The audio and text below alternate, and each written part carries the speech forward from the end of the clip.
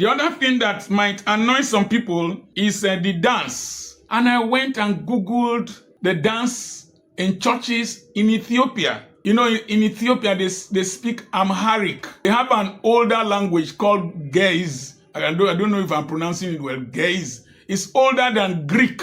The Ethiopian calendar is different from the Gregorian calendar. They have their own calendar. They have their own time schedule. 12 noon is 6 o'clock in Ethiopia. And so they have their own cathedral. In fact, they believe that the Ark of Covenant is either in Aksum or Lalibela. They have churches that they carved out of the rock. You cannot say you are more spiritual, more religious, more passionate about Christianity than the Ethiopian.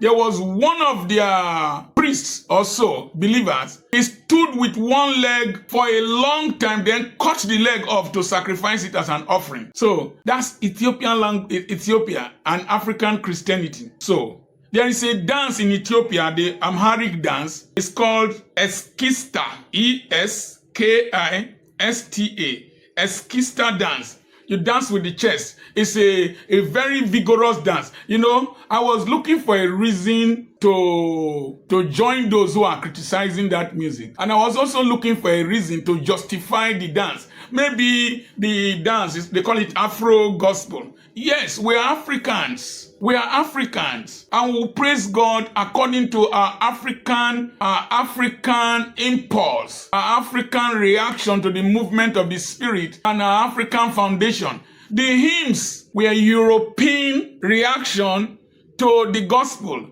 The Jewish, if you go to Israel, the Jewish soldiers, you see them celebrating, they hold themselves, they jump up and down. The Europeans did not do that because that is their culture and their tradition.